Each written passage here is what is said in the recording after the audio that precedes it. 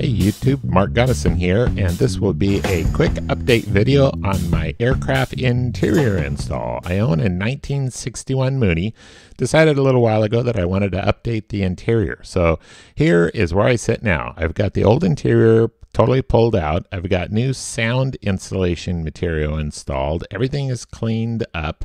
I've got new scat tubing and just a bunch of little odds and ends that I needed to replace before installing the new interior.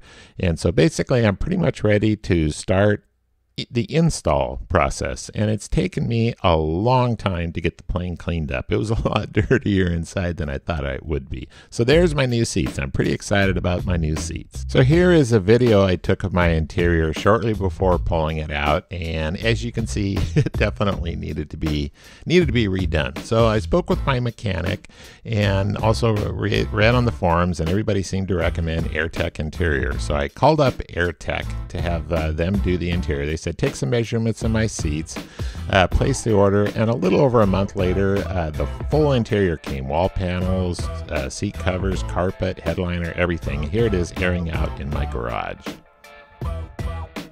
So once I knew I had a full interior, then I started pulling out the old interior, and as you can see from this picture, it was pretty dirty. So there's my door panel. I thought it was kind of funny that it was actually made out of paneling, so there's where it belongs, in the door. So then I started recovering the actual seat. So it took quite a while to pull everything off the old seats, clean them up, get the springs working, and get everything reinstalled. I didn't take very many pictures, but as you can see, it turned out really nice. So here I am test fitting the new seats in the airplane, and they are very comfortable. Very happy with how that turned out. So after test fitting the seats, I started with the sound insulation. And the sound insulation is something that was recommended by my A&P, and it's kind of a sticky backed insulation material that provides sound insulation and also temperature insulation. So here I am. This is where I sit currently. The seats have been fully recovered. They are ready to go in. Everything is cleaned up inside the interior. I'm about ready to start the headliner. Here you can see the carpet kit, which I've test fitted. It looks pretty good. It needs to be installed, but I'm waiting until a little bit later. So here are the windows. Originally, I had not planned on replacing the windows. I kind of have to draw a line someplace. As you can see, they're an ugly color, but they're not too scratched up. They weren't too bad. But I ended up having to do the windows because as I was doing the headliner, you can see here the glue came undone that holds the windows in. And as long as I was going to have to replace the glue, I figured I might as well replace the windows. So I've got the windows on order.